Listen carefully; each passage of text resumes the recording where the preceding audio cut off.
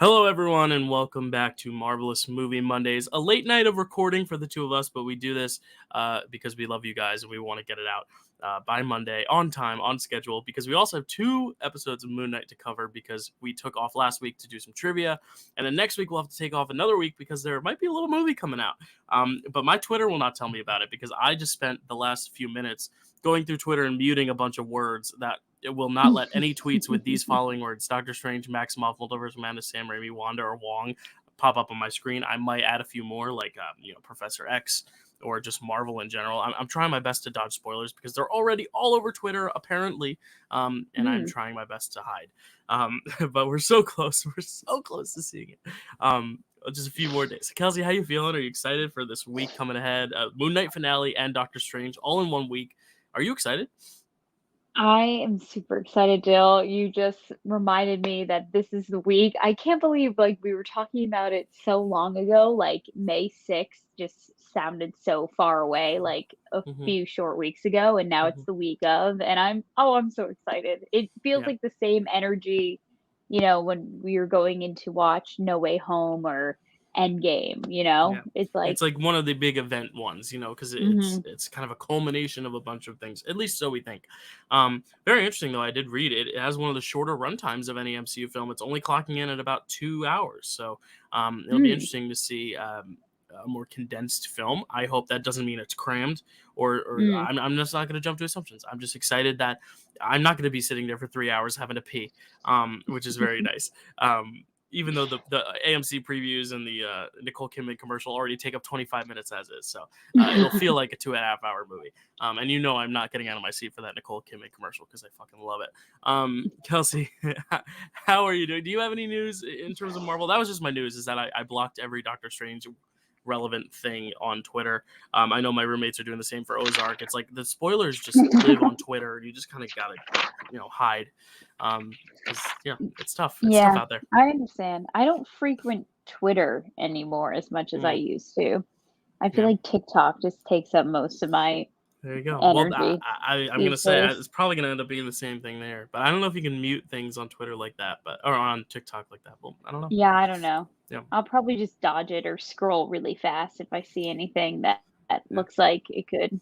Well, we're seeing it opening night, so how right. many spoilers could I encounter? You know what I Well, mean? I mean, because the critics all saw it. That's the thing. They just saw it this weekend. That's why things are Hmm. coming out. Because critics saw it, and I think that Soups guy, who's very popular, had like an early screening that he went to, and that a few other Marvel people went. Like, people have seen it now, so it's like we're gonna start getting a few reviews over the next few days trickling out. I'm gonna try my best to avoid it. I imagine it's gonna be well reviewed, even if we think differently. I feel like it'll be well reviewed at least because there's only been one Marvel movie that hasn't, even though it was recent. So we'll see. So my bit of news, Yeah. I actually saw this while I was at work last night. It was just a very quick commercial. I caught it at the tail end, so I didn't know exactly what they were talking about. But apparently, this news dropped on April 27th, so I'm a few days late to the party. But on May 27th, there will be a new ride in Epcot Oh yes. in uh, Walt Disney World in Florida, Yep. called the Guardians of the Galaxy Cosmic Rewind, an That's all right. new coaster. And it's Yeah. so interesting that they're putting it in Epcot. Yeah, I honestly think it's because that was where there was room for it. Because you Yeah, got to think also, probably. like, because they don't have their own like Marvel area there, because Yeah. also Universal has some Marvel stuff too that they still need to figure out negotiations for. Because I remember when I went to Epcot, because they're doing a lot of refurbishments in general, just to the whole of Epcot. Like, they're changing a lot. And I remember Mhm. walking by it pre-pandemic, seeing the sign saying Guardians of the Galaxy Cosmic Rewind is coming. So it's been a long Oh, process to wow. get here because the pandemic halted things as well. But we're finally here, and I like how it's going in Epcot because I think Epcot, the draw now seems to be the drinking and eating around the world. But I think the other stuff like Soarin', Test Track, those are exciting, but it's also like those have been around for a long time now, that they need something Mhm. new on that end to kind of draw people in. Because there are also some rides that I don't think are holding up well, which is like Mission Space and the Figment ride, which I like, but it's due for some sort of like revamp, just Revamp. like Frozen and Ratatouille have now revamped the other half of Epcot. So Mhm. I like that we're getting a Guardians ride there. It makes sense because that's kind of like the future world type stuff. Like you got Spaceship Earth and you got Mission Space. So I guess the Guardians of the Galaxy cosmic stuff fits in with the space theme. Um, Sure. so that's why that's going at Epcot. Because when I heard it first, I was like, which country does that belong in? And I was like, oh no, there is a half of the park that's just devoted to like tech and space and all that. Yeah. I would have probably put it in Hollywood Studios, but again, they have Star Wars there, so like that's the draw. They don't Mm. need anything else there to bring people in there.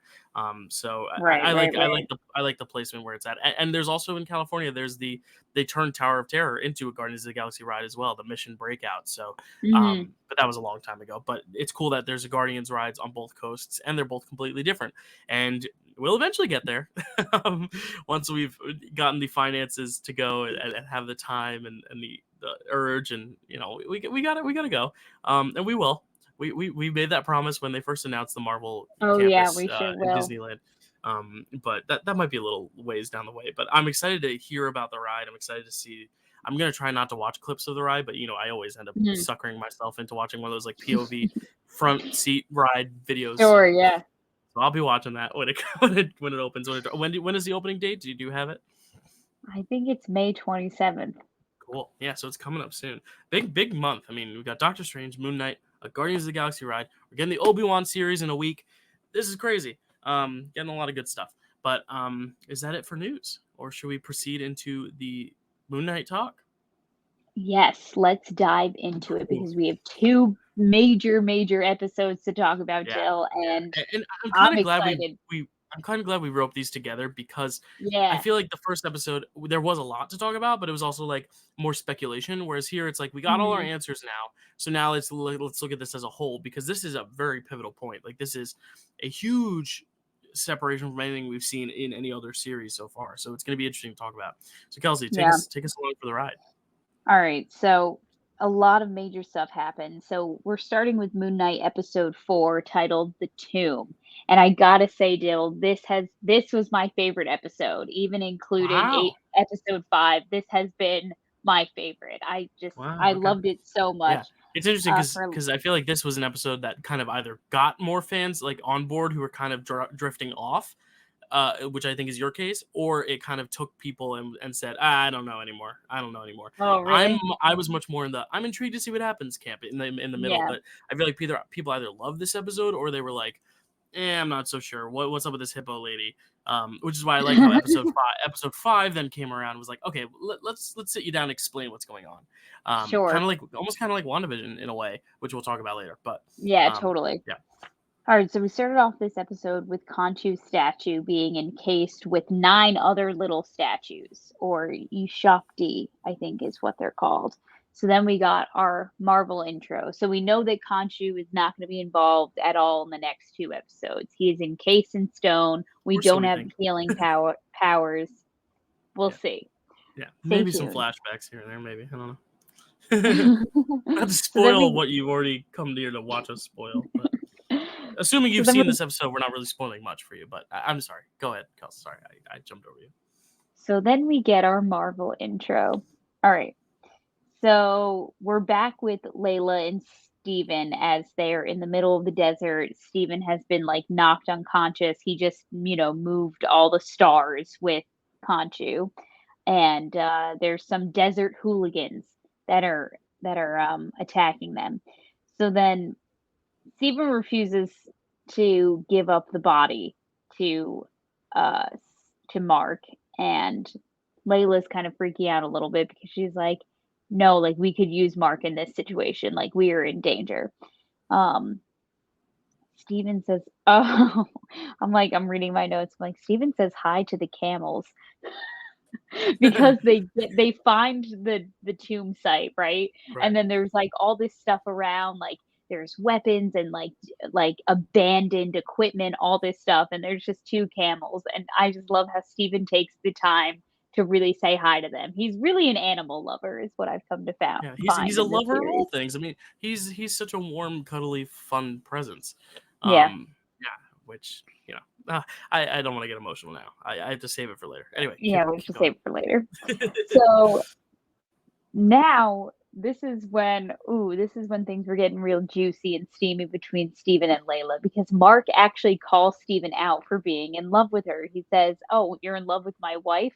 And then he says something along the lines of like, if you do anything to her, if you even touch her, I'll throw us off a cliff," Yeah. which I thought was very funny. And this is Um, where I like how we have both these episodes to talk about, because now it makes a lot of sense why Steven and Layla click so much and why Layla mhm, was falling for Steven so fast as well, because now we kind of know more about who Steven is in relation to Mark and why mm, they are the same. And that's why it's so easy to slip into like this romance. It's almost like it's the same person, just like with a different attitude rather than, a whole different part. Like yeah.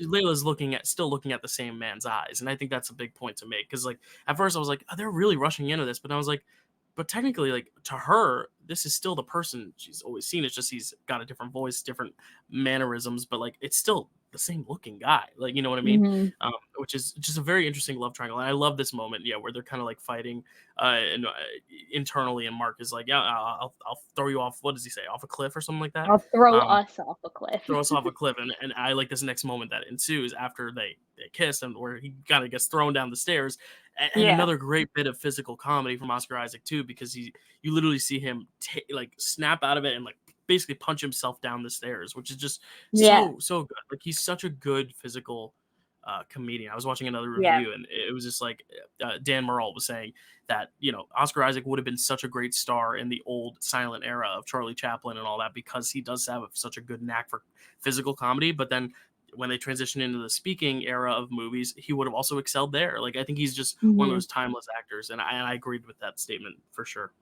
Yeah, absolutely. So Steven comes clean to Layla about everything that's going on between Mark and Conchu, and how, she was in line to be the next avatar for Conchu. Mark didn't want that to happen. And she's like, "Well, this all could have been things that Mark like discussed with me. Like I didn't have to be kept in the dark on any of this." They do have the epic kiss, which I wrote down, aha, because I like to say I did call it. I You did did see call it. it right off the You bat. saw I it said coming. You saw there's it coming. something And funny happening it was between a these two steamy one. characters. It was passionate. It wasn't awkward. It was definitely committed, if you will. Yeah, they committed to the bit. So Mark punches Steven in the face. So now Steven, as upon falling into the tomb, he starts geeking out over everything, obviously. Okay, so then we find out. So I love these two episodes still because they answered a lot of questions for us. Remember when I was like, isn't it kind of funny that they brought up who Amit's last avatar might be and how that person betrayed her? Well, in this episode, we find out who her last avatar was. And it It's was none Alexander other the Great. Alexander the Great, who historically was not very great at all. Um, so there's flesh and blood everywhere. It's very creepy. They're walking through the tomb. They stumble upon this room that kind of has like a slab where it looks like somebody has honestly looked like they've been murdered on it and then dragged away. There's lines of blood on the floor. There's all this like, very very scary things happening. And Yeah, then these little jars, and yeah, and it's a very eerie atmosphere, like you said. Yeah, yeah, and then this clicky man, I call him Clicky Man because he was making a lot of clicky noises with his mouth, I called comes him in. Quiet Place because it reminds me of the demon from Quiet Place. Yeah, like the yeah, Oh, I it's don't scary. like it. Ooh, I don't like it at all. It It's so actually freaky. makes you jump. So Yeah, he comes dragging in the policeman, quote unquote, may I point out, from the previous episode. Um, and he just like fucking guts this guy like a fish. Just takes like a hook and harvesting the organs. Yeah, like I literally wrote down in my notes, I was like, this is scary as hell. So then Layla and Steven split up because they got to worry about this clicky man now. And now they're just, it was very horror movie-esque watching Layla just like slide around this yeah. It's table in order to not be discovered by this yeah. person who's like very scary looking. It's I didn't like Prisoner it of a lot. Azkaban. It's Prisoner of Azkaban when Lupin is the werewolf and he's like circling the Oh, tree yeah. and Hermione's on the Yeah, other end. yeah, Like yeah. it very much felt like that moment again. Like I love those moments where it's like you are in the character's perspective, but you also know what's on the other side exactly where they are too. Yeah. It's freaky. It's scary. Yeah, I was holding my breath Yeah. with Layla, I'm sure. And, Steven ends up knocking over a table on the second floor where he is allowing Layla to run to a different part of the tomb, and he goes, I squished it, I squished it."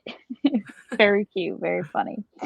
Okay, so then Layla is, like, running around this, like, trench. There's this big gaping hole. She has Yeah. no idea how far down it goes, but now she gets grabbed by one of the clicky men, and she's pulled into this, like, black alleyway. We can't see what happens to her. She pops out. She's holding the guy's hand in her hand. He is now been Captain Hooked, and now he has no hand. Not that he has a hook, but he has no hand because she's holding it, and he's trying to use his own bones to stab her in the face. She ends up throwing him over the cliff, and then none other than Haro, who seemingly appears, pops up out of nowhere He must have in some every teleportation, episode. something like that we don't know about because he shows up everywhere at the most inopportune for our favorite character's point, but the most opportune Inopportune. moment for him. Like he's really just he's got to be teleporting, I think, because he's just popping up in every place he needs to be. It's So, really harrowing to yeah. see. So, Dill, let me tell you why I love this moment so much. Not when Okay. Harrow popped up, but no, fuck that guy. It was when, Layla's going through this like battle with like, one of Mhm. these like creepy clicky men. Yeah. And, I feel like the trope is always that like, or I was at least half expecting for Steven to, pop Save up her. from behind, knock the guy from, doing what he was doing and save her, but she totally saves herself. And I thought that that was pretty badass to include and, like a nice change of pace here because For I was sure. like, yeah, she doesn't need someone to come save her. She has this under control. Um, so yeah, that's just like my Yeah. little It was feminist. a nice girl boss moment. Yeah, I loved it. Yeah, she was girl bossing and Before all her whole that life gets jazz. thrown upside down in the next few Yeah, seconds with Harrow. Yeah. heavy episode for Layla. So now he starts baiting her with what might have happened to her father. She's like, he's like, I need you to be distracted from here on out because I can't lose this opportunity of, releasing Right. Ahmed. So, you know what? I need to kind of mess with your head a little bit so that things play out in my favor here. So then, meanwhile, Stephen finds Alexander the Great's tomb, the long lost tomb of Alexander the Great, which, Yeah. fun fact, there is an entire like episode or documentary or something about it on Disney Plus because Disney Plus does own National Geographic, and Oh, I cool. did see it as like Oh, I thought you recommended did you for watch it? me. No, no, I didn't Oh, watch it. okay. I was going to. I That's really commitment. was going to because Yeah. I had some free time and then it turned out Uh-huh. that I didn't have any free time at Well, all. I'll tell you, this is my favorite moment because you had your favorite moment, and understandably so. But then my favorite moment was this Okay. next one, which is, and I know you're going to get to it in the recap for a sec, but Mhm. the grossness of sticking his hand down this Mm. mummy's throat Mhm. and digging through to get what he needed, like that to me was so like icky, but also so deliciously fun to watch. As just like because Yeah. we're so used to CGI and all these explosions and stuff. So to see a set piece in a moment that's just about this like just like icky prop, like it's all about the acting and the prop, and like Yeah. it wasn't flashy, but it still garnered a lot of great reaction from me. Like I love this moment, because it's also like Steven Steven's the one to do it, of course. So he's obviously Mhm. squirmish and he's kind of like, oh, like it just makes a lot of Yeah. sense. Like I love how they plan out exactly what moments to make it Stevens and which moments to make Marks, because I think they do work so well being who Oscar Isaac is playing in that moment, and this moment especially. Another great moment of physical comedy, but also just like ickiness and grossness, but also like pretty cool. It was pretty freaking badass, just reaching down into the mummy, like you're reaching into Alexander the Great's skeleton to pull something out. Like who can say they've done that, you know? I don't know. Yeah. I haven't. I don't know if you have, but um, No, it was an impactful moment. I can't say I've reached down into a mummy's yeah. mouth. Oh, okay. Can't So say yeah, can't say I've had the pleasure. yet, Let's yet. I let's just mean, say you're that. still young. We're still young, so There's still time. there's still time So, to venture to yes, Egypt and go mummy digging. he does reach into the skeleton's mouth for Ahmed's Ushakti is what it's called. I hope I'm even pronouncing that even remotely Her statue, correctly. right? Her little statue. Yeah, her like Yeah, little totem is like what I've been calling it. Um, but then Layla comes and she's like, "All right, enough is enough. I have to know what happened to my father because this guy seems to really be insinuating that Mark had something to do with it." So she kind of like forces Mark out of Steven. She's like, "I'm talking to you. Like, just tell me what happened." And he's like, "Layla, like this isn't the time or the place. Like, there's people coming. We have to go. We have Amit's thing. We have to get out of this yeah, place. Like, I will explain everything if you just like let us leave right now." And she's like, "Did you kill my dad?" Like straight up. And he's like, "No, of course I didn't. I just couldn't save him." Um, it, he said that he tried his best to save him. He just couldn't. So then Haro and the rest of the Lieber cult break in and I forget what happens to Layla, but I don't think we ultimately, know. That's the thing. Like this moment, mm, from this moment on, we have no idea what's going on with yeah, anyone else but Steven and Mark here. So that's what's so interesting. We don't know where Layla's at. She kind of just hides in the shadows a little bit while this whole next moment goes down, and we haven't seen her yeah, since. Yeah, you're right.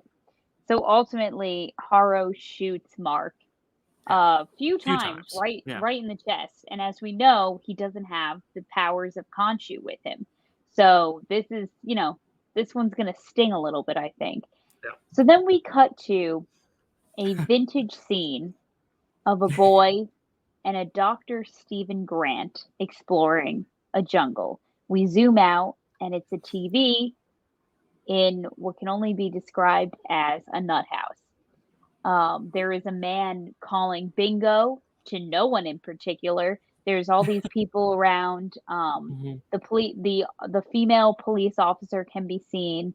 Donna, his boss from the Museum. Yeah, museum, the gift shop museum, is there. Okay, cupcakes go by on a cupcake cart, as we know from episode 1 when he was driving a van full of cupcakes. Okay, a woman is drawing a drawing of a bird. I wrote that down, but I didn't look further into it. There is a goldfish, okay, off into the corner. And then the police officer, the male police officer who we watch get gutted in the tomb, comes up and is like, "All right, like let's get you over to the next room now." yeah. And There's also I noticed also there's a postcard of the Alps, the place where he ended up um, driving the cupcake cart around. Yeah, like yeah, that yeah, whole yeah. setting and scenery. Yeah, Awesome. So then and also Layla's there. And I'm hmm like, "She's also crazy?" Dill, I was going nuts. I was yeah. like, "What?" I think that's the point because even as this episode goes along, we don't really have any questions answered.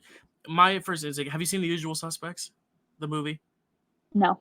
Okay, I'm not going to spoil it for you because it's a great ending. But I was thinking it was going that direction where like Steven's reality is in his head formed by the things he's seeing around the room, which is exactly Mm, how vaguely, to put it vaguely, one of the murderer in Usual Suspects is able to get away with his crimes. Is he when he's sat down for questioning, he uses things on a bulletin board to basically shape this lie of a story, and he gets away clean. It's a great movie, but mm.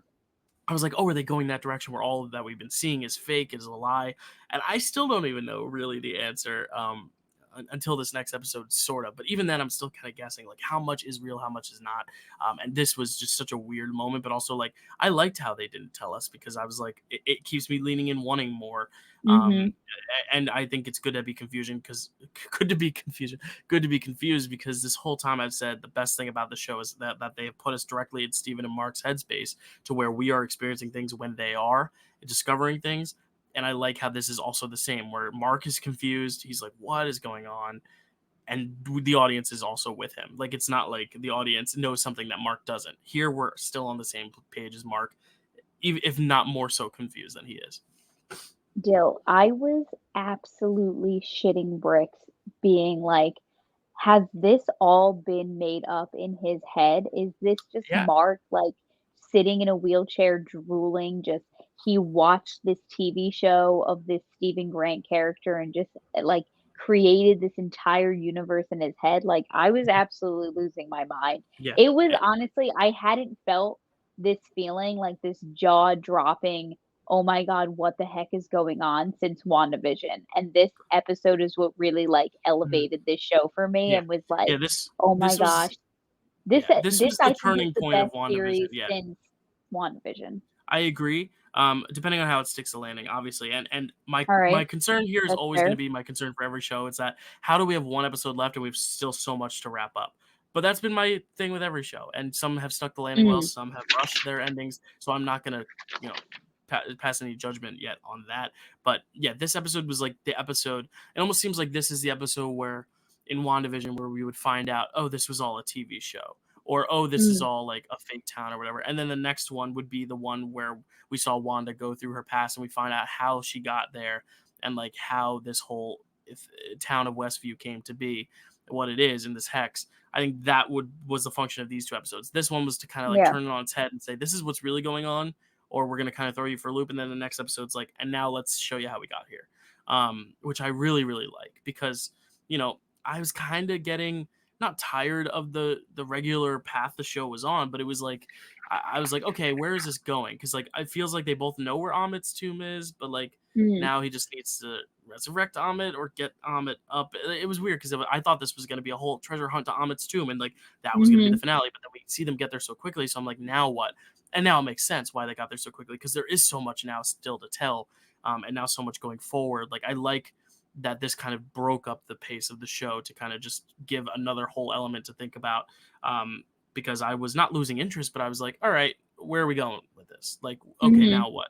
Is it just going to be kind of this treasure hunt till the end? Like, are they still just going to be, searching in caves and going in dark places and getting clues and stuff, which is fun. But I was like, what else now? Like what? There's got to be something else, and this was it. And boy, was it exciting and confusing and mind-boggling all yeah. at once. Yeah, it was definitely worth the wait. Mhm. Um, so Mark tries to talk to his reflection while he's drooling in his silly little wheelchair, and he has a Moon Knight action figure with him, and that's when I was like, "What? Now he made the character Moon Knight too?" His foot is chained to his wheelchair, as we've seen he Mhm. does chain it to his bed. So that was also parallelism that was happening. And then we see how Arthur Harrow plays into all this because you know that cheeky motherfucker is behind some Yeah. aspect of all this. And he is playing the role of Mark's psychologist. And he's like, "Oh, I finally got to watch the film you lent me." And the tomb oh my god, I keep just wanting to say Tomb Buster. The title of the film is called Tomb Buster. And it's about Dr. Stephen Stephen Grant. Grant. Yep. And so Mark is like sedated, but he is starting to put two and two together. He's like, "Where am I? How Mhm. is he here? Where is Steven? What's going on? Wasn't I just shot?" He's starting to like, come Piece to it a little together. bit. And I'm just writing down, is this some kind of illusion? Steven is Steven is trapped in a tomb. Oh, yeah. So then he Yeah. breaks free Yeah. out of Dr. Harrow's office, and he's running down this hallway of rooms, and he comes across one With a where there is, sarcophagus in it. Yeah. yeah, and it starts shaking, and inside of it, it's Steven. And now we have Steven and Mark in two different bodies. They embrace and they're like, "Oh my god, Steven, Mark." And then they hug, and I was honestly, I was I was so Yeah. happy Yeah. Which because is also another thing we kind of forget is like this is Oscar Isaac having to act against himself, which in yes. reality it is his brother that is the stand-in double for him. So when he's playing with someone, it's his actual brother, Oscar Isaac's brother. But in post, that's when they put him together. Like he's still essentially acting with himself, which is I think one of the hardest things an actor can do in a film is like play to a scene partner that is not actually the scene partner you're gonna have Yeah. when the final product, like it's such a hard task, and he makes it effortless. It's like as if there were two Oscar Isaacs there. Like I was never like in my mind going, oh, how did they film this? How they film it? Like it wasn't until afterward where I was like, no, he had to film that twice and just fully committed, and it seemed natural, like that there was two people there for real. Like that's Does so he have a good. twin brother? No, he doesn't. No. He has just a brother that when they did the scenes, just so he had someone to play with, it was him. Right. So whenever Well, you'd I was see like the back shoulder of someone, it was probably his brother. But when okay. it is him, it's him twice. It's not No, no, him and his no, no, brother. no. I know. It's just interesting that it's like like his brother, and they didn't just like hire like an actor, like another actor. Yeah, I think it was also because this is an incredibly personal story, as we'll get into this next, Right. this next episode. It gets deep, so maybe just the emotional commitment, maybe it's easier with the brother. I know if I had my brother on set, we'd just be cracking up the whole time. I would not be able to take it seriously.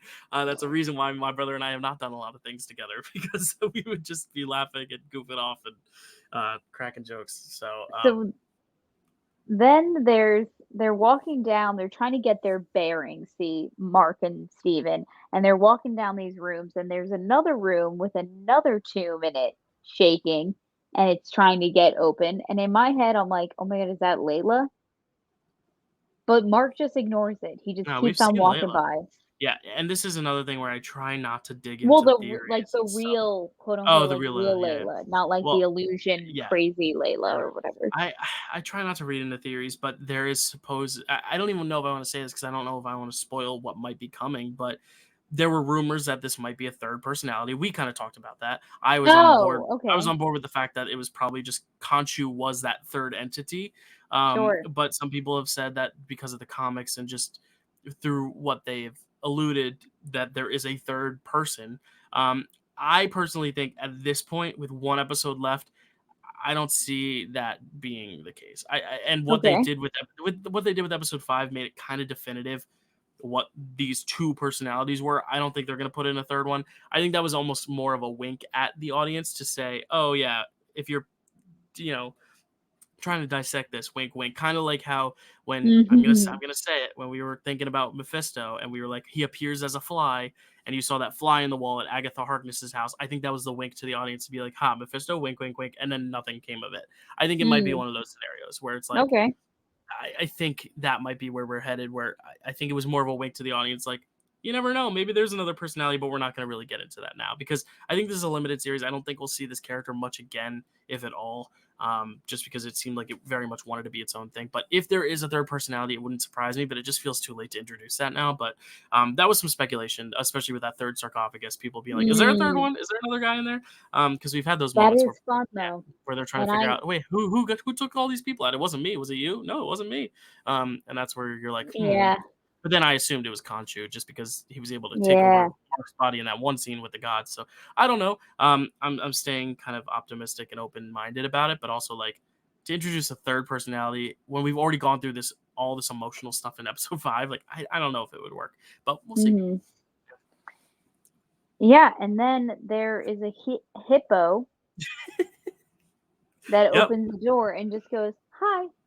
Yeah. And for a second, I had forgotten like, what Ahmed's, like, half creature was, and I was like, "Oh my god, is that freaking Ahmed?" So, like, for a second, I was like, "Wait, wait, wait. Has this big bad person that we've been so afraid of this whole series just been this friendly little hippo that's just like, 'Hey,' and, like, Yeah. everyone's just been, like, misinterpreting her like, what she's all about, and I don't. now her Yeah. I mean, I don't. we now Yeah. know that it's not her, Right. but for a second, I Right. was like, "Oh my god, has Yeah. Amit been a red herring this entire time?" Yeah, and I don't know if it's because Jada Pinkett Smith has been in the news lately for some reason.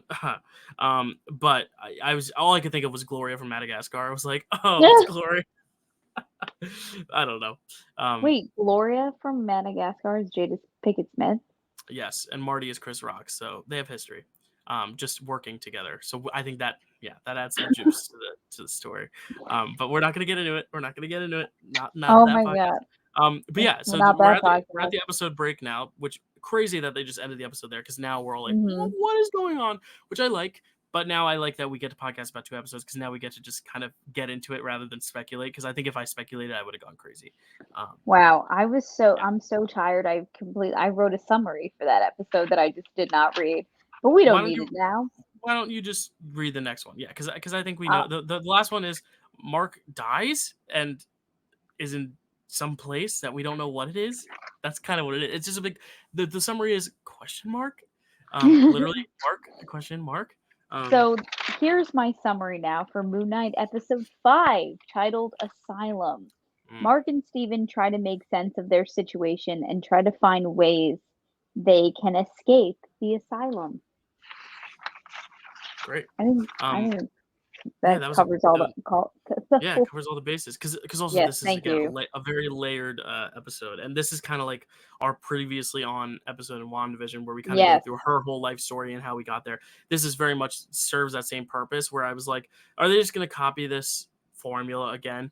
But it Mm. works so well here, to where, Mhm. like, I don't know about you, I was very emotional during this. I didn't cry because I think I was just so like struck by the episode, but I like Mhm. yeah, it was a lot. So No, let's get into this. it's an Let's emotional get into roller coaster for this. sure. Let's get into it. So we start with our basic Marvel intro. There's no fun music. There's nothing out of the ordinary with Hmm. this one. We just get our title sequence. And then we open up with a quick few shots of a river or some kind of creek, a boy screaming help, and then we cut to a woman saying, "This is all your fault." It's just very much like flashbacks, blink and you'll miss it moments. Um, so essentially, we're back in Dr. Harrow's office, and he's explaining to Mark that his mind is swinging back and forth between, nonsense and sense, and reality and illusion. And he does say that they are in Putnam Medical Facility in Chicago, Illinois. So Hmm. that makes me think that his passport that said he was from Illinois wasn't fake. Maybe that was his real passport.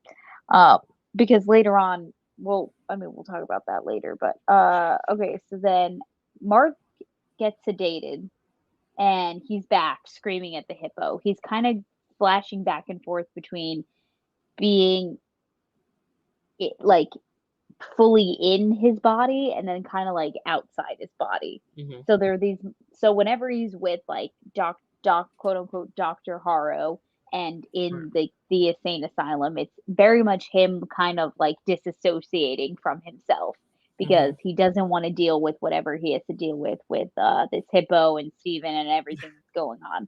So the hippo does confirm that him and Steven are dead. They're like, "Yep, there's a bullet in your body. This is the afterlife. Welcome."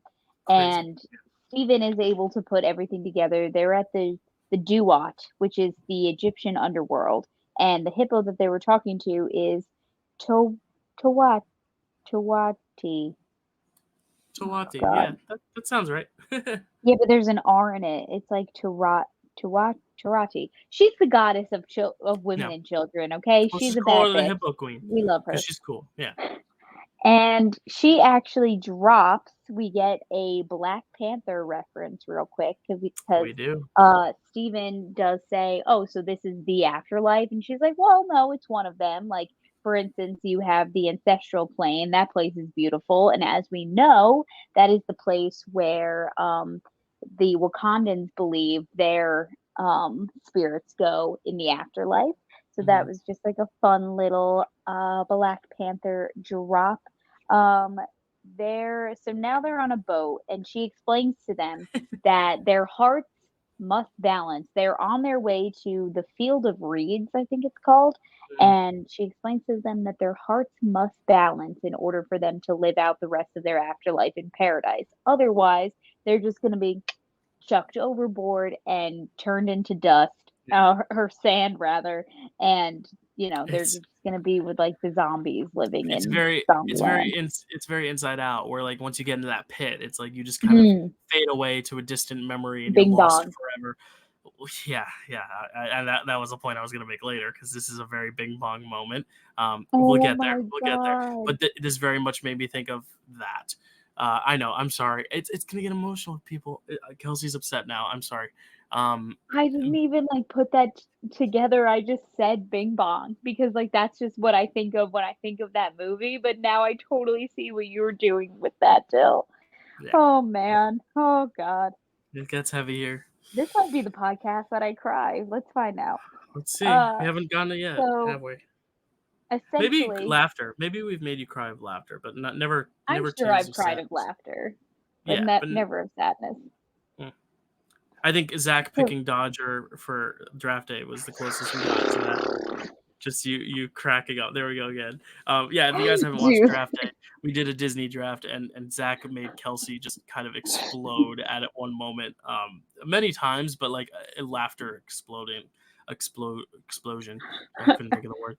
A Um, laughter when explosion he said he happened. almost picked Dodger from Oliver and Company as his second overall draft pick. What a So, random pick. hey, I'm it's sorry. Billy Joel. We love him. I stand by that laugh. Yeah, it's the Artful Dodger. It's a classic character in literary history. So the hippo goddess tells them that they must open up to each other. They have to stop hiding to each other. They have to tell each other the truth about everything in order for their hearts to balance and for them to, get where they need to be. So we kind of start walking back through the asylum. We're walking now. We're seeing all the doors kind of open up to memories. This, as we've been saying, reminded me a lot of the WandaVision episode.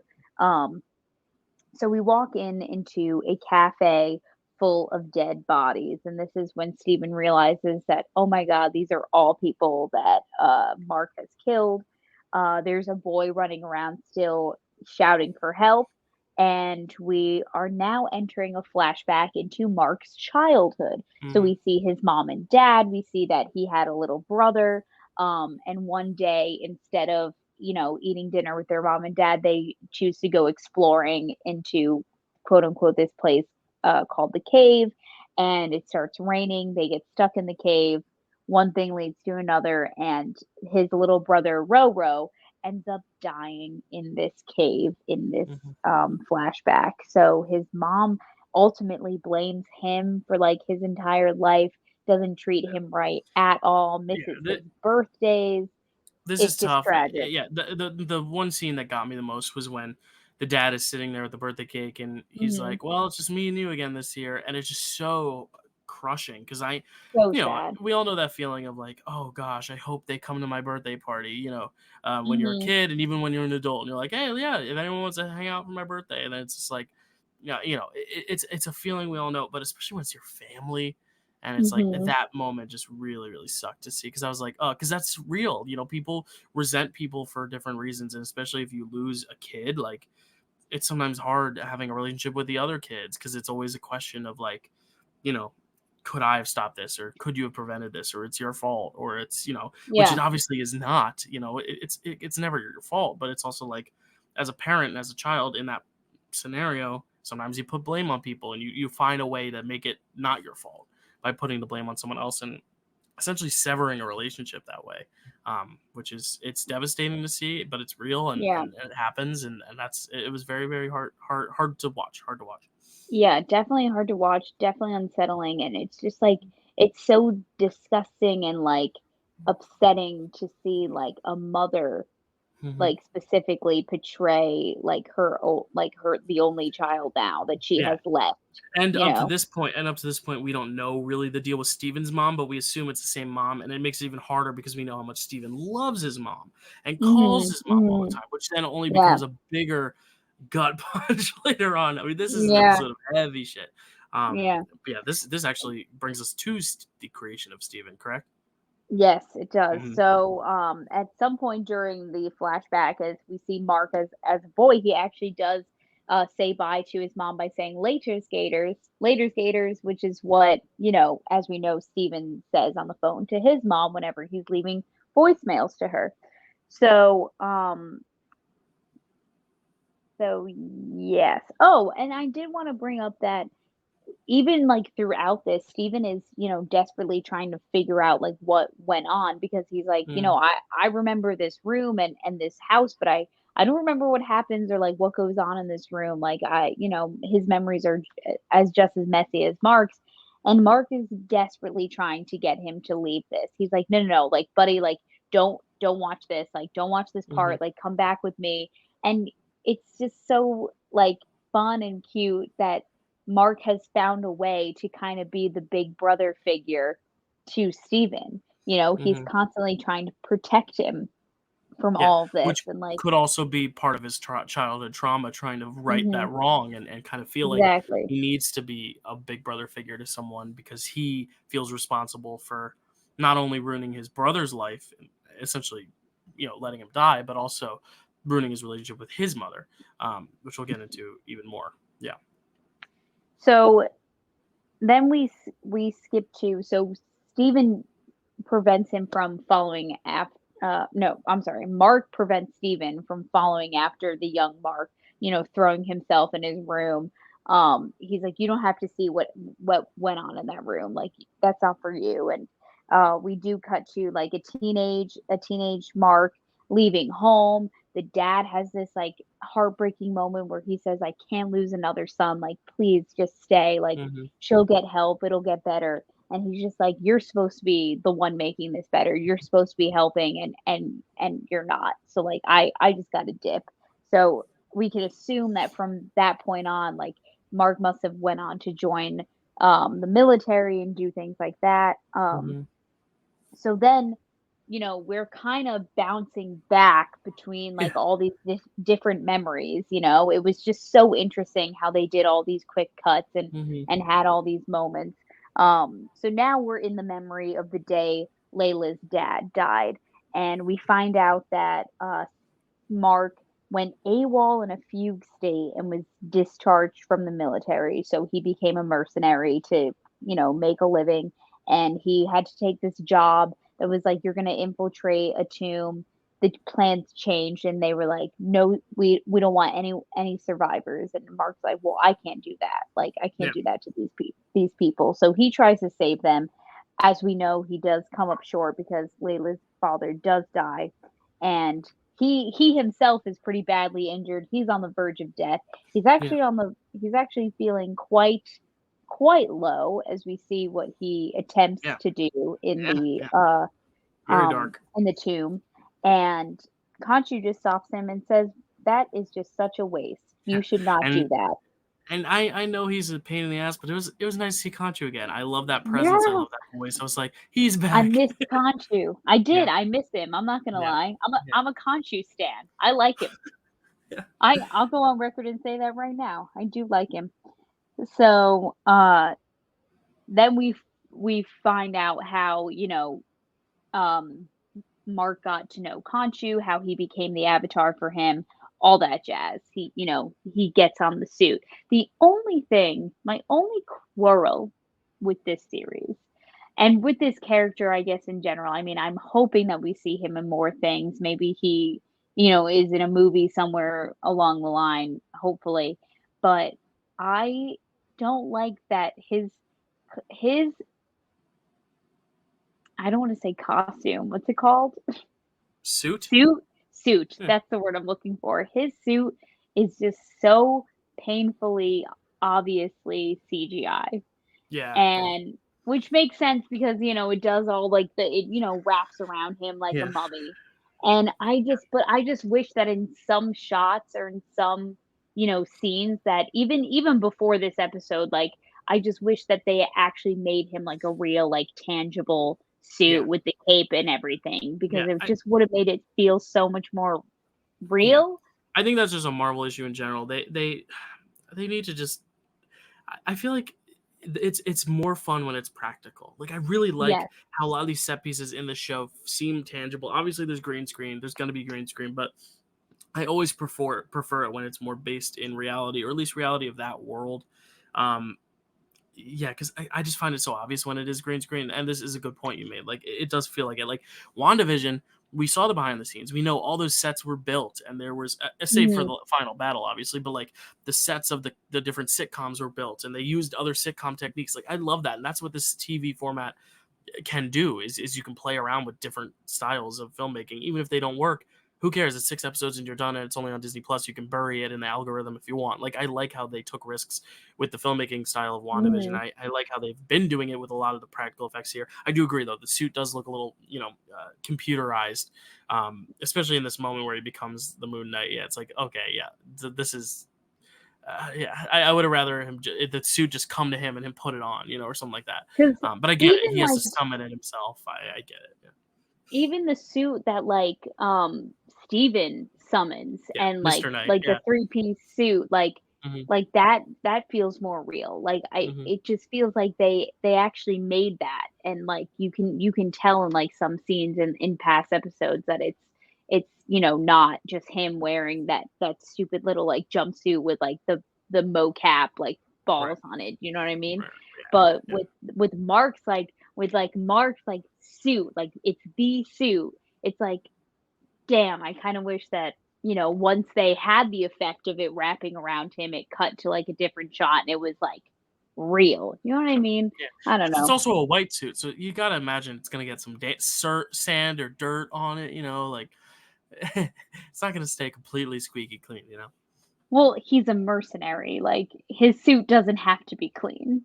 You know what I mean? That's my point. That's my point. Is like, I think it's too Mm, polished with the CGI. Like, I'd rather it be like, yeah, like actual rags, like almost like a mummy, like, or like kind yeah, of the inspiration almost. Yeah. 100%. So they break free from all this memory hopping and they're back on the boat and they tell the hippo goddess that they know what they need to do. They need to get back to Earth. They need to get Layla to free Khonshu so that they can get the healing powers back. Mark can get back into his body because they need to stop Amit from, you know, resurrecting and all that stuff.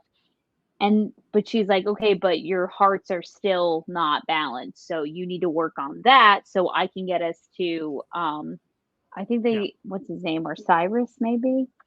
Maybe. Yeah. Some That sounds right. Maybe. something Let's like say that. yes. Let's say it's that. He's one Nah, he's one we'll of the figure it out gods. next You don't week. wanna you don't want me to flip back. Osiris. Yeah, that was right. Yeah. See how quick that happened, Dill? That's our I take trivia champ right there. I take diligent notes. Um, Ah, diligent. so Sorry. boy. So then we flash back to the day that Mark has been trying to avoid.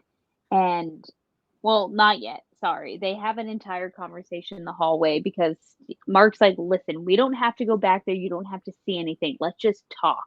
Okay. This is what was going on with our mom. Like, she's not how you remember her at all. Like, you don't even like the whole reason I created you is so you didn't have to live out the bad moments of my life, that you could only get the good. You had a normal life. You still believe that she loved you. You still believe that she's alive. And Steven's like, wait, wait, wait, back up. Like, what are you talking about? My mom is alive. So then Steven's the one that kind of like unlocks him out of this trance and puts himself in like a different trance with Dr. Harrow. And Dr. Harrow's like, oh, like, let's, you know Let's what, call your mom. let's give your mom a call if you Yeah. wanna talk to her so bad, and Steven is just begging him. He's like, "No, no, no, like, don't do that, don't bother her. She's afraid of telemarketers, like, she screens her calls, don't do it." And he's just absolutely breaking down, horrified, because he knows he has to face the truth, which is that his mom is actually dead. So then Yeah. we find out, haha, another question I had. I knew this was important. See, I'm a smart consumer, okay? I knew that when Mark said I had the whole thing under control up until recently, that it was going to come back and it was going to be important. And the inciting incident that happened Mhm. was the mother's funeral, the mother's Shiva that Mark just couldn't bring himself to attend, and that is when Steven kind of came back into his life. So I think it's safe to assume now from this episode that Mark kind of stopped being Steven altogether, because like Mhm. Layla who was married to Steven Mark had never met Steven, Right. had no idea that this like other personality was a Mhm. thing. Yeah, because And Steven was essentially like that coping mechanism for the trouble with his mom, and then when he left, mhm, he didn't have that issue anymore. He was free Yeah. finally, and he could let Steven go as well. And I think that's interesting because it's like it's not like he created Steven as a friend. It was he created Steven as a completely other being to completely Mhm. just like take time off. It almost looked like to avoid the scenario altogether. To basically say, "All right, I'm out, dip." Um, yeah, because there was always a question of like, was Mark always conscious of Steven and vice versa? It wasn't. No, it was Mark always just putting on this. Yeah, and I don't know the different ins and outs of this disease, obviously, but Mhm. like literally creating a whole nother person to act as a mask and a shield rather than a actual like a comfort or security. You know what I mean? Um, Mhm. which is really deep and moving to see. Yeah. Especially this moment at the funeral where like Mark can't bring himself to go in, but then Steven like picks up the phone almost convincing himself that she has to be alive when I think deep down he knows, and like calls her on the phone, and we see the phone does not change. It's the home screen when he's calling her, and I think that's where it Mhm. really gets you. And it's a thing that I've always heard with like pathological liars, like they lie so much that they believe their lies as truths. And I think that's one of those Mhm. things. Stephen pathologically made himself believe that this mother was alive as a coping mechanism for himself because because Stephen loved his mother and Mark did not. Um, Mark did, but he was never accepted. He never, he felt, abused verbally by her, maybe physically by her. We never really saw, but it's very interesting just to see how the two approach the same trauma, but deal with it differently. One basically fabricating this woman to give him a solid sense of security, and the other fabricating Stephen to not to avoid the trauma of dealing with the Mhm. mother, and to see that it was gone for a period of time and it came back because of the Shiva, this funeral. So Yeah. really deep. Just the show just so good. It's got layers, man. It's an onion, like Shrek. And then the sand people start attacking, and Mark is, having some trouble. It's like 4v1, and Steven's like, you know what? Like, I have to like get in on this, like, because Yeah, we got the we're the same same. body, that's what he says. Yeah, Yeah, exact. We have the so I same can body, fight. so some of this has to be. So if you can do this, I can do this too. And the ultimate sacrifice happens where Mark is about to be thrown overboard. Steven can't let that happen. So he ends up throwing himself overboard along with one of the sand beings from the sand. And uh, he ends up getting turned into frozen in sand, turned to Yeah, stone. yeah, And very very tough to watch. Yes, it's tough. and this, like I mentioned earlier, it's like the Bing Bong moment because Hmm. while I know a lot of people are like, "Oh, the last episode's going to be him saving Layla, defeating Harrow, and then going to rescue Steven again," but I was like, I don't Mm, think that's the point. I think this was to show that hmm. Steven, while we love Steven, it was at the end of the day this dark side of Mark. This was the trauma of his mom incarnated into something else. And I Hmm. think this was all about Mark having to let go and forgive himself for what he did, not blame himself for his brother's death, and learn how to move forward without Steven.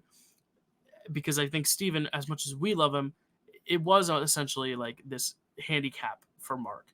And Hmm. I like the idea of this being like a metaphor personified of him having to let Steven go to finally move on with his own life and be the person he wants to be.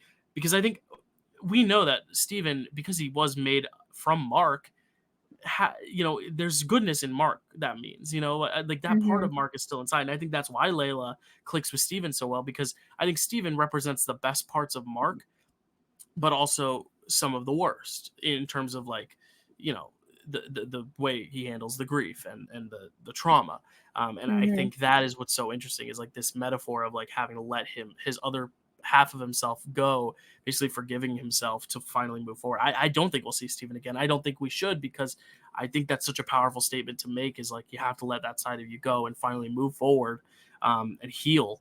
And part of that is having to sacrifice that part of you that you had as a crutch. Um, what do you think? Did you get that sense from this moment, or do you think we might see Steven again? What are your thoughts on this? Well, Dale, I watched this episode twice, and the Yeah, first time I was quite distraught, as you could imagine. You know, we spent the first 5 episodes of this show really falling in love with this character and really being like Mhm. kind of spoon fed that's like this is like the do-gooder and Mark is like the hardened criminal The what bad do they boy, call yeah. him, like a international fugitive, and uh so I was quite upset. I obviously didn't want to see Steven go. But Mhm. then my second go round, watching, even though like it's so heartbreaking to hear them like calling for each other, like Mark, Mark, no, Steven, Steven, and Mhm. he's yelling, stop the boat, like run, come on, like let's go, like, and it's very hard to watch and it's upsetting, but it's also kind of freeing in a way Yeah, because exactly. you see this part of Mark that, like you said, he's been using as a crutch his whole life. Um, he doesn't have that anymore. And it's Yeah. at that moment where he is able to let Steven go that the scales balance Mhm. and he's able, Yeah. his heart is, you know, in the right Mhm. place where it Yeah. should be. Yeah. So, And it's like, and it's hard because it's like, yeah, Steven is gone, but I also think Mark now, having spent this time with Steven in this yeah, purgatory ancestral plane shit, I think yeah. he can now use that and honestly kind of maybe use Steven, because he's not going to forget Steven, and I think that's Mhm. important. Like, he's always going to have Steven almost as that like moral compass of like, this is how I should behave in this scenario, or this is how I should act, and this is the person that Layla was loved, not this side of me. Because I think Mhm. Layla all along did love the Steven side. It's just, you know, um, I do think he's going to take the best things he learned from Steven going forward, but also not have to deal with that, having that other personality entirely, which I think is very, like you said, freeing for the character. And it's just so rich and deep. And I do think it takes a few watches to kind of just fully grasp, because it's like Marvel doesn't normally do this where they like, well, I mean, they will sometimes kill off characters, but oh well, we'll see them when we go back in time in Endgame. Like, oh yeah, there's Loki again. There's the ancient one. Oh, they're all back. It's Mhm. all good. Oh yeah, like Bucky. Oh no, Bucky's back alive. He's the Winter Soldier. And this feels a little bit more permanent, kind of like Vision, in a sense. But even then, we saw Vision again later after too in WandaVision. So it's like, Mhm. they're never really gone. But I feel like this one did seem pretty definitive. And if they backtrack it, I hope they justify it. But I do think this was a powerful statement to make, and I think it does really serve Mark's character well. That I hope they don't, backtrack Yeah. and try to make a way for Steven to also exist still, just not as a coping mechanism. It's interesting. I don't think we'll see Steven again, but I think that's No, for yeah. As the best. as much as I love him, I think it was right to let Steven go when we Hmm. did, you Yeah, know. yeah, Live, laugh, love Steven though. yeah. Hmm. And Oh yeah. so since the scales balanced, Mark does end up in paradise. And we get played out by a song called Mas Allá del Sol. And I'm so sorry if Yes. I butchered that And that pronunciation. means, do you know what I that was means? called, yeah, I translated it. Can I just Oh, get no, there? I'm just wondering. I didn't know. Sorry, Kelsey, you're so feisty with me today. I'm in a bad It's mood. because I'm cranky. I can it's tell. a I'm it's trying a my late best to night. dance or try not to make you upset. Sorry. I translated it. I was just apologizing a little bit for my pronunciation. That's fine. My No. Spanish teacher in high school did call me a gringa, um, which I think just means like white girl in Spanish. See, I don't even Which know. I That's mean how, is true though. You are a white girl. That's not yeah, I know, false. but I think it's She like mean a it in more. I think Okay. it's like a Yeah. derogatory term for Yeah. like white people who Okay. like are, Sorry. Yeah. but Well, it's fine. yeah. I deserved it because obviously It's I okay. don't speak But tell Spanish us very well. what it means. I'd love But to I hear. can tell you the English translation in perfect English, which is beyond the sun. Ah. So now the question becomes, because that's the end of the episode. The question becomes, Yes. is this, because he is still dead? Is this where we end Mark as well? And does this become Layla versus Haro, or do we think Mark will be back? I think the obvious answer is that he will, but I mean, maybe they're gonna Mhm. keep surprising us and just make it about Layla and Harrow. Who knows? I think this has to, end with Mark coming back somehow, getting back with Conchu, getting back in the suit and, Yeah. I hope fixing things with Layla because, like, Yeah. I I want a good happy ending, but I also want a good, like, open-ended ending Yeah. that Can I? that suggests that we could explore new possibilities with Mark because I really do love this character. I love Yeah. Oscar Isaac. I've been loving all of this, so Can I I hope tell this you isn't the my end. my ending that I would have I would devise if I could. Yeah, of So course. yeah, so I think this is kind of like the Black Panther moment. This is like the purgatory before he like wakes up, or whatever. I think Sure, yeah. he's gonna wake up somehow and survive these shots for some reason. Maybe Layla will have been able to drag his body somewhere, and maybe because kind of what I was gathering by all that was going on during the ship stuff was that Harrow did kind of get Amit. Like I was Mhm. getting that vibe just because of the thundering and all that stuff. Like I think we're gonna open with some sort of scene of that to see what was happening while this was all going on. Sure. And I think we're gonna somehow Mark's gonna obviously survive. Um, and there's gonna be a moment with him and Layla. I don't know the details of what's gonna go down, but he is gonna defeat Harrow and Amit and whatever. But the way I want this series to end, and this was my only point, was that I wanted to end with him and Layla having a baby and him naming him Steven.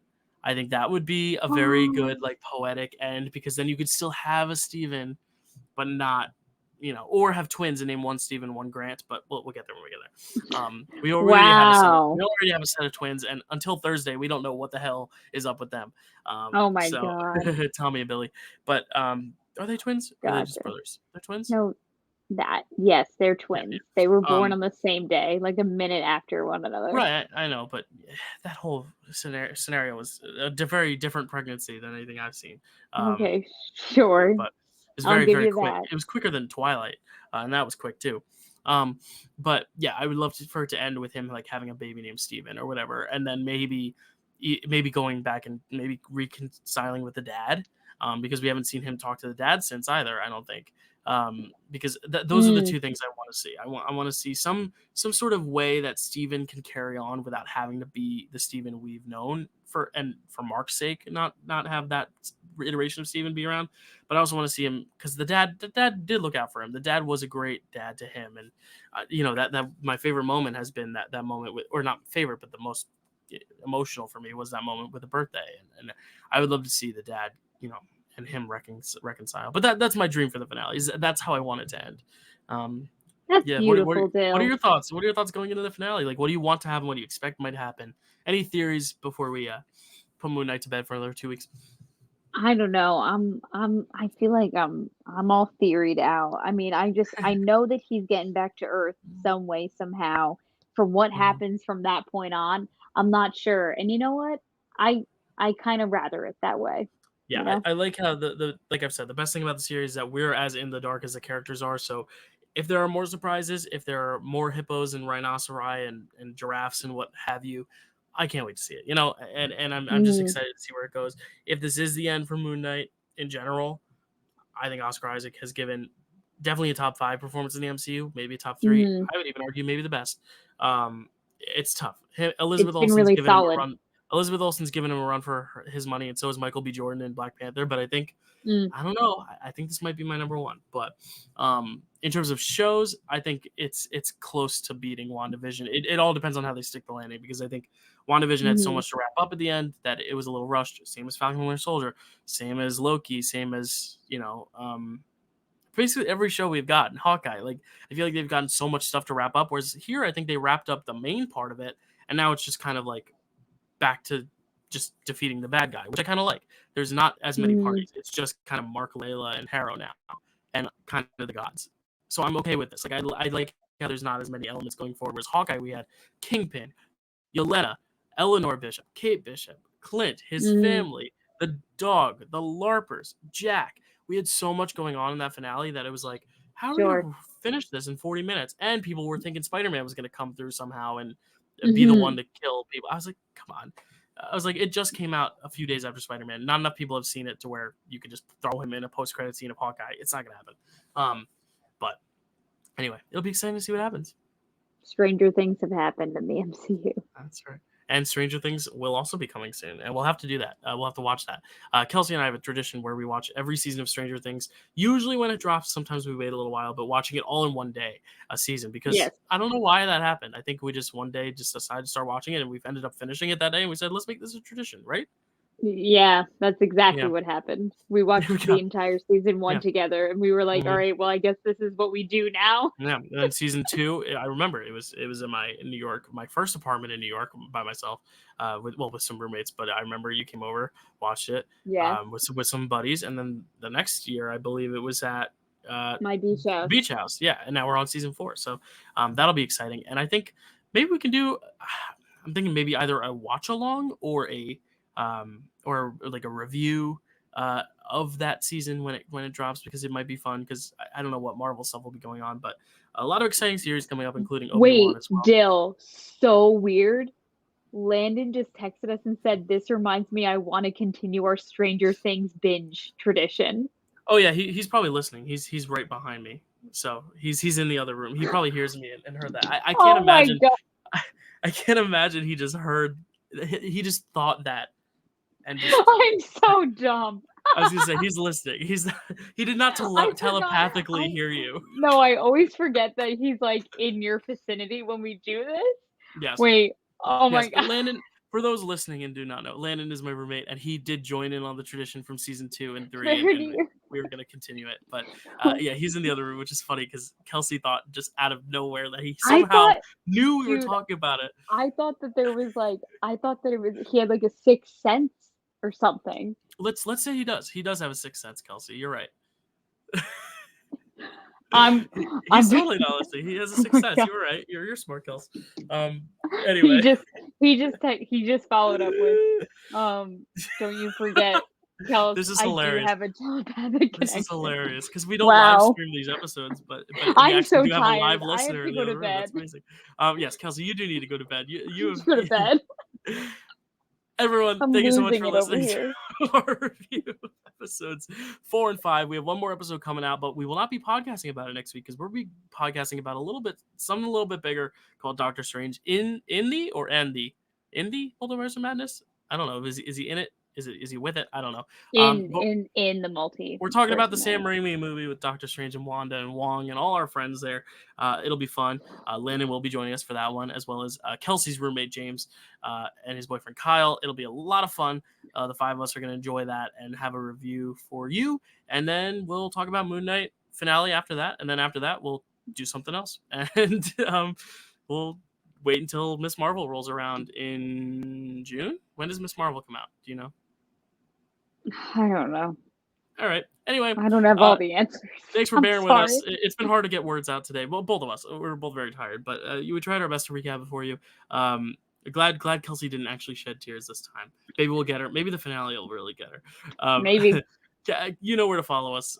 They're right down there. We won't bother spieling. If you want to hear in depth where to follow us, listen to our other podcasts and scroll to the end. We'll be back next week for some Doctor Strange in the Multiverse of Madness. We'll see you next time. Bye. Yes.